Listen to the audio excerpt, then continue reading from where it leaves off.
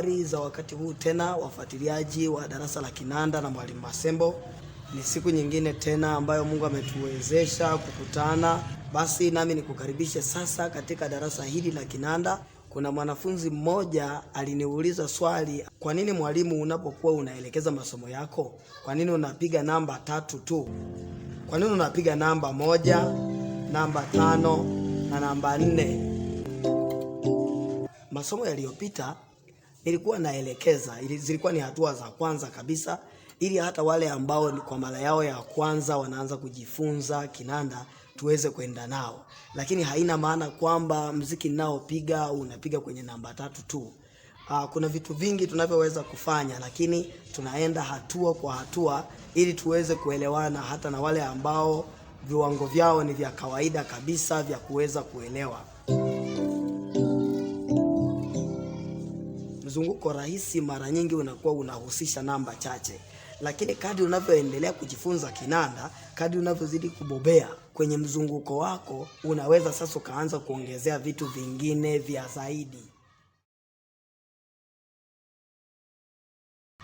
Kwenye key yoyote namba za muziki ziko 8. Kwa mfano, kwa mtu anayepiga key C, 1 ni hii. Hii ni 2. Hii ni 3. Hii ni 4. Hii ni 5. Hii ni 6. Hii ni 7. Hii ni 8. Na 8 ni sawa na kusema 1. Lakini namba hizi zimegawanyika katika makundi makuu matatu. Kundi la kwanza linaitwa kundi la major chord, ambazo ndizo zile ambazo nimekuwa nikielekeza mara kwa mara, ambazo ni 1, 5 na 4.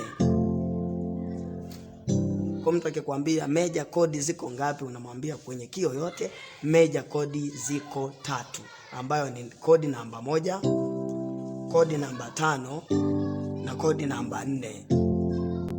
Kwa nini zinaitwa major chord? Zinaitwa major chord kwa sababu ndizo kodi za msingi na za lazima kwenye mzunguko wowote ule wa wimbo.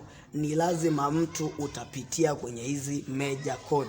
Hata kama utapiga vitu vingine, lakini hizi major chord ni kodi za msingi, kwamba kwenye mzunguko wowote ule ni lazima utapita kwenye hizi kodi. Hizi ndio kodi kuu.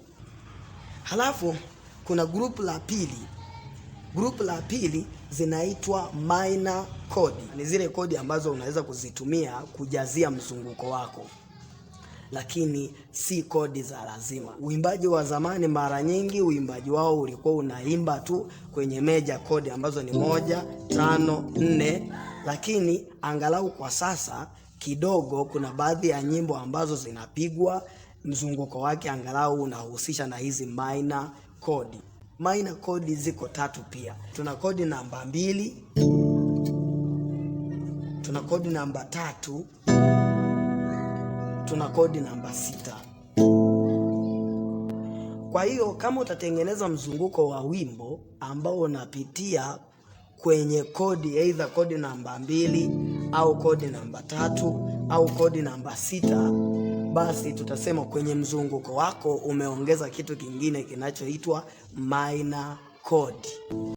Lakini kuna kodi moja ya mwisho ambayo ni kodi namba 7. Kitaalamu hii kodi namba 7 tunaita Diminished Chord. Kumbe basi kodi namba 1 ni major, namba 2 minor, namba 3 minor, namba 4 major, namba 5 major, namba 6 minor, namba 7 diminished. Alafu tunarudi kodi namba 8 au namba 1 ambayo ni major. Kumbe mziki wako unaweza ukapiga tu bila kutumia minor chord na bado mziki ukawa una maana. Lakini ukiongeza hizi minor chord inaongeza ladha zaidi. Yaani minor chord zipo kwa ajili ya kuongeza ladha zaidi kwenye mzunguko ule wa major chord. Lakini major chord ni zile kodi za msingi ambazo zinaweza zikapiga mziki hata bila kuchanganya na kitu kingine na bado ukaelewa kinachopigwa. Asante kwa kuendelea kufuatilia darasa la kinanda na Mwalimu Masembo. Naendelea kukukaribisha, endelea kutufuatilia kwenye madarasa yetu yanayofuata. Unaweza kuwasiliana nasi kwa namba hizo zilizoko hapo kwenye skrini yako, na Mungu akubariki sana.